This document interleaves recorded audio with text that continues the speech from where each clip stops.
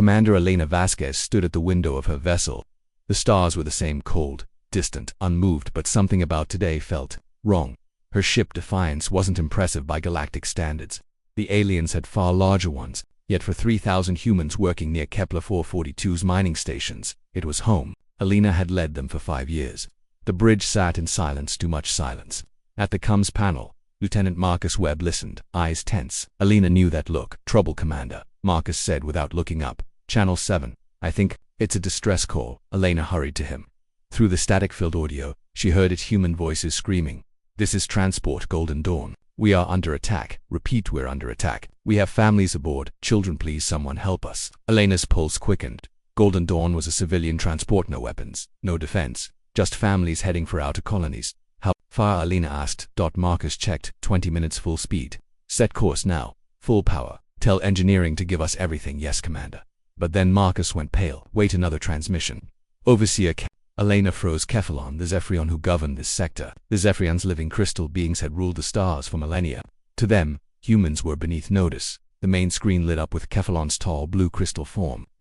The voice was wind in a cavern. "Human vessel Defiance. Cease course immediately." "Overseer," Elena replied calmly, "we have a distress call from Transport Golden Dawn. Civilians are under attack. Request permission to assist." "Permission denied," Kephalon said, unmoved. "Human forces are not equipped for combat. Return to patrol." Elena blinked in disbelief. "Overseer, there are families on that ship, children, they need No, their loss is regrettable," he said, voice cold. "Your involvement would raise casualties. The matter will be handled by proper forces." Elena snapped. "Zephyrian ships will arrive in 6 hours. 6 hours too late. Golden Dawn would be gone." "Overseer, we can reach them in 20 minutes. Even if we can't fight, we might evacuate some." Kephalon's form shimmered imposing. "Commander Vasquez, any deviation will be seen as rebellion. Is that understood?" Elena clenched her fists. Her crew could be arrested. Her ship stripped and Golden Dawn still lost. "Understood, Overseer." She forced the words. The screen cut out. Elena stood trembling. Around her, the bridge crew stared in grim silence. They all knew what this meant. Marcus turned back to comms. For the next hour they listened. Cries for help, children sobbing, a captain pleading, then silence. Marcus checked. No signals. "They're gone." "Any survivors?" Elena asked. "Nothing, ma'am." Silence. Elena scanned her crewage in every face. The same fury she felt. This wasn't the first time. 7 human ships attacked this year. Every time Zephyrians refused help, every time they said humans were too weak. Every time people died waiting for the proper authorities. But when alien ships were hit, Zephyrian fleets arrived in minutes. No mercy, alien lives mattered. Human ones, DIDN, single quotes. Elena had joined the Concordat, believing in peace and equality. But now she saw the truth. Some lives were worth more. Commander Marcus said softly, "Your orders." Elena looked back, to the stars. Somewhere out there, Golden Dawn floated as wreckage. 3,000 dead. "Resume patrol," she said. But inside, she'd already decided. Everything would change. The Zephyrians thought humans were weak, obedient, trapped at the bottom of the hierarchy. They were about to find out how wrong they were. Across human space, other commanders felt the same rage, the same realization that the galaxy would remember the warning etched in ancient maps, forgotten by time, ignored by rulers, never challenge humanity. But first, humanity had to remember who they were. That night, Elena sent the message. Her fingers flew over the console, activating the code that had slept for centuries. "Protocol Lazarus is active. All units respond. The time for hiding is over." She sent it on a hidden frequency the aliens didn't know existed. Within minutes, human ships, they began to answer. From human ships across the sector, the responses came calm, prepared, not desperate. Dreadnought, Prometheus, standing by. Battlecruiser New Tokyo, awaiting orders. Strike Force Vanguard ready for deployment. Marcus stared at the comms screen, stunned. "Commander, what are these ships? I've never heard of them." Elena smiled for the first time in weeks. "That's because they've been hiding just like us."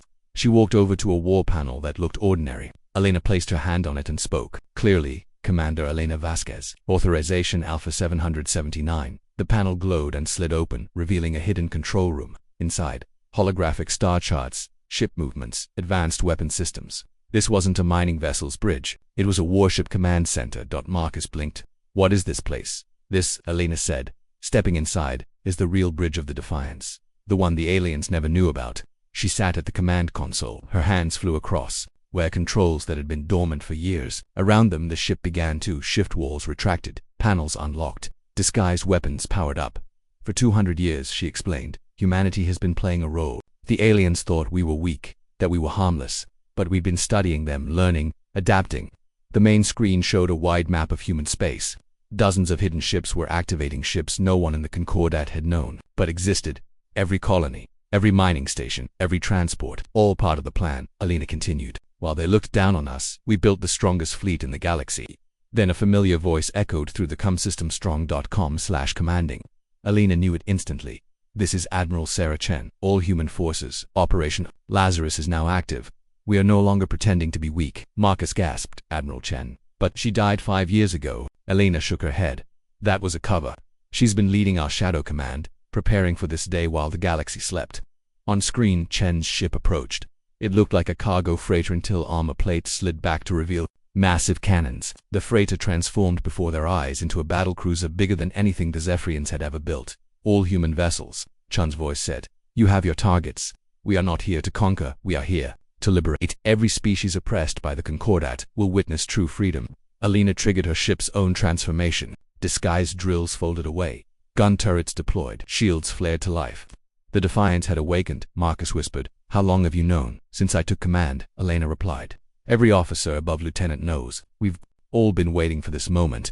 The first target was the Zephyrian outpost at Kepler Station. On screen, its massive crystal towers gleamed in orbit, home to 10,000 troops and a fleet of alien warships. It was supposed to be invincible. That illusion was about to shatter.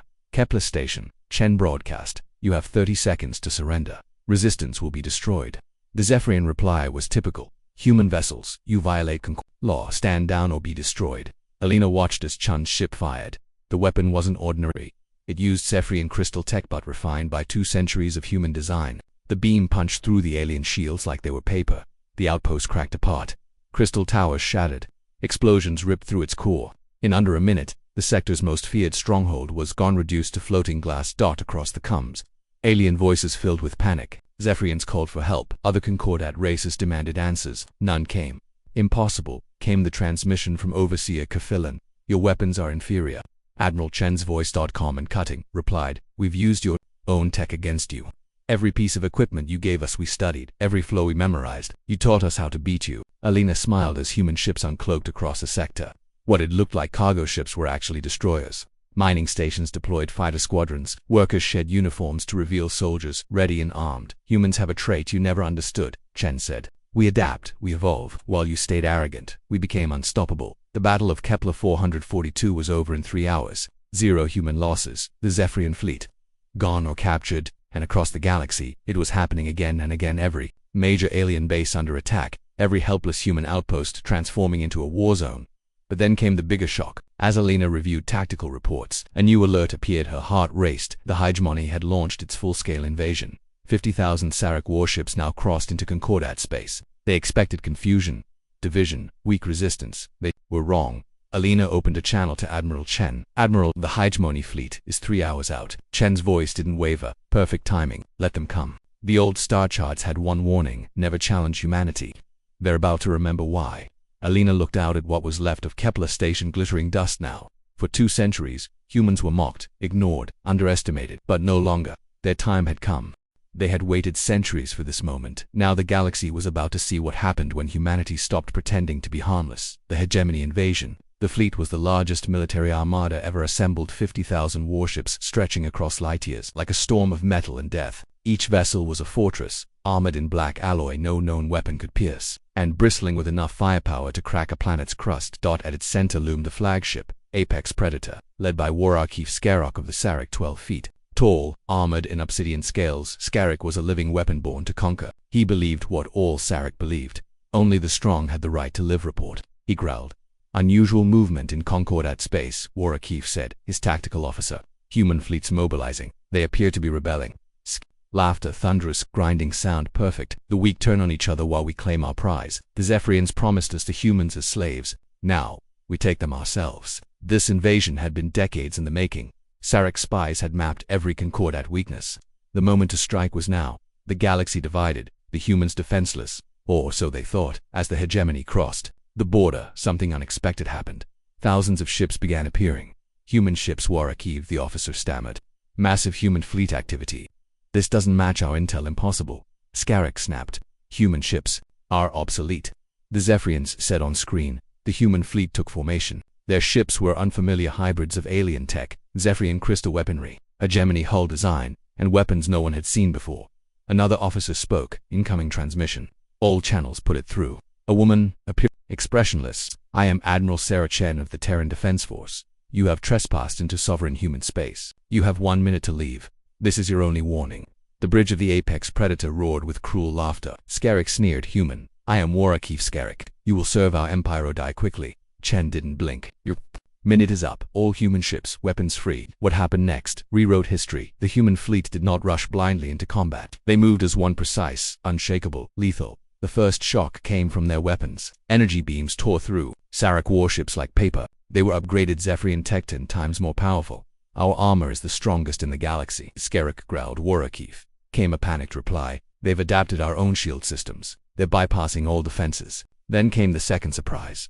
Human ships began appearing inside the hegemony formations using phase shift drives, a technology once thought exclusive to Zephyrians. Suddenly, Sarek ships had enemies inside their hull perimeters firing point blank, before vanishing again. But the final blow wasn't physical, it was psychological. Across the fleet, the comm channels crackled with horrifying audio. They were the final screams of famous Sarek warriors, recordings of legendary warlords, dying in agony for a species that worshipped strength. The sound of their heroes begging for mercy shattered morale. Turn off those signals. Scarrick roared. Countess comes officer cried. They're using frequencies we didn't know existed. On the Defiance, Elena watched from the bridge as her strike force smashed through the enemy flank. Ships exploded around her, alien warships crumbling. Enemy morale is collapsing, Marcus reported. Half the fleet is retreating. Elena nodded. Just as Admiral Chen predicted. The Sarek weren't fearless, they were predators, and predators panic when hunted. Phase 2, Elena ordered. Let them see what monsters really look like. Human. Ships shifted tactics. They didn't destroy ships outright. They disabled engines, cut power, stranded Sarek crews in dead space watching helpless as systems failed. And all the while, the psychological war continued. Ancient Sarek war chants, reversed and distorted, cries of their champions, twisted into screams of defeat. Sarek warriors broke down on open channels. Some wept, their pride shattered. On Apex Predator, Scarrick watched as his fleet, once invincible, was torn apart. 30,000 ships gone, his officer whispered. Human losses. Under Admiral Chen is broadcasting again, someone said. She reappeared, cold and composed. Behind her, tactical displays showed the annihilation of Sarek forces. Warakif. Scarrick, she said. You came here believing power was all that mattered, that cruelty equaled strength. You were wrong. Scarrick opened his mouth but said nothing. Real strength, she continued, is defending those who can't defend themselves. And humans, we care, not just for ourselves but for everyone. On screen, the remaining Sarek vessels were surrounded. Some fled, others surrendered. All of them had learned the same truth. You called us weak, Chen said, but we were never weak, we were waiting. The feed ended. Scarrick looked around his crew, pale with fear. Outside, human ships closed in. He had two choices: die or surrender. For the first time in his brutal life, Warakif Scarrick lowered his head. He surrendered. The Battle of Wolf 359 was over. The invasion had become a humiliation. The hegemony had fallen, and the galaxy had a new truth to reckon with. Humans weren't the weakest. They were the strongest, and they'd been hiding it for 2 centuries. 6 months later, the galaxy was reborn. The Zephyrian Empire lay in ruins, the mighty hegemony fleet shattered, and in the vacuum left behind, something new had emerged. Elena stood on the observation deck of New Geneva Station. Below her, ships from dozens of species arrived, former enemies, now allies. They had come to build something better.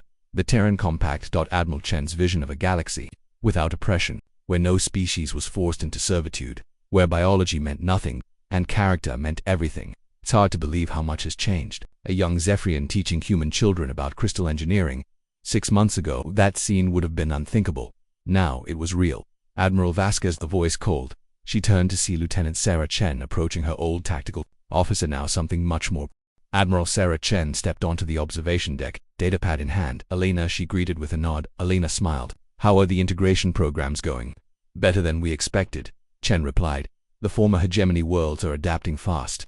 Turns out most Sorak were exhausted by endless war. They just needed someone to show them there was another path. Elena wasn't surprised. Humanity had long understood that most violence came from fear, not evil. Even the fiercest species changed when they felt safe and seen. What about the Zephyrian trials? Elena asked. Sarah's tone grew serious. Progress is steady. Many lower-level officials are cooperating, turning over evidence of their backroom deals with the hegemony. The tribunals had been Sarah's idea. No secret executions, no quiet disappearances. Public hearings, open broadcasts, truth laid bare for every species to witness. Painful, but necessary for healing. Any word from the outer systems? Alina asked. Exploration fleets report good news. 17 new species contacted this month. All of them want to join the compact once they hear our principles. That, Alina thought, was the real transformation. In the old Concordat, the Zephyrians decided which species mattered. Now, every race earned their place by their actions, not ancestry. A soft chime broke her thoughts. Someone was requesting to enter. Alina glanced at the panel. A familiar crystal silhouette. Let her in, she said. The door slid open to reveal Lethera, a young Zephyrian whose crystalline form shimmered green-blue in the light. She was one of the few who had opposed the old regime. Admiral Vasquez, Lethera said in her musical voice, I hope I'm not interrupting. Not at all. How are the refugee programs going? Lethera had volunteered to help displaced Zephyrian civilians, even though many of her own people now viewed her as a traitor. Progress is slow, she admitted. They were taught for so long that humans were inferior. Now they must unlearn that fear. Alina walked toward the massive observation window, gazing down at the busy spaceport. It takes time. Fear doesn't vanish overnight. Lethera joined her. Below, human and alien workers labored side by side, mine-loading ships, exchanging tools and smiles. May I ask you something troubling? Lethera said softly. Of course. Why did humans pretend to be weak for so long? You could have conquered the galaxy generations ago. Why wait? It wasn't the first time she'd been asked. Alina inhaled deeply. We weren't pretending to be weak, she said. We were learning to be better than those who ruled us. Lithra's crystalline form brightened, a sign of intense curiosity. My people have a saying, Alina continued. Know your enemy and know yourself. For 2 centuries we studied every species, your tech, your fears, your culture. But more importantly, we studied ourselves. And what did you learn? That our greatest strength wasn't our firepower. It was our ability to see goodness in others, especially those who didn't see it in themselves. She pointed to a group of young Sorak playing with human children near a garden.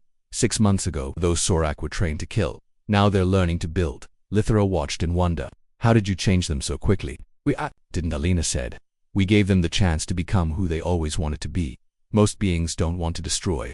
They just think it's the only way to survive. A new ship approached the station, its elegant hull glinting in the sun. It was Corvani, built only a month ago. The Corvani were mining slaves under Zephyrian rule. Now they were free.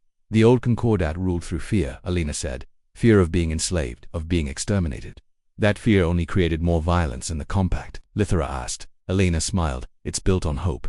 Hope that beings can choose their path, that they can change. Lithera was silent, processing the truth. But what if someone chooses evil? She asked. What if they hurt others? Then we stop them, Alina replied. But we try to understand why they became that way. Sometimes evil is just pain, looking for a way out. As if summoned by her words, a squad of former hegemony officers passed below, now wearing compact uniforms. Patrolling to protect, Admiral Lethera said quietly. I think I understand now. The warning in the old star maps. About never provoking humanity. What warning? Alina asked, though she already knew. They said entire civilizations vanished after angering your species. But they got the warning wrong. It wasn't about your power to destroy. It was about your power to change things, Alina nodded. When you challenge humanity, you don't just face our weapons. You face our belief that everyone deserves a chance to be better. And that's a fight. You can't win with violence. Outside, life moved on. Ships arrived bearing goods and peace treaties.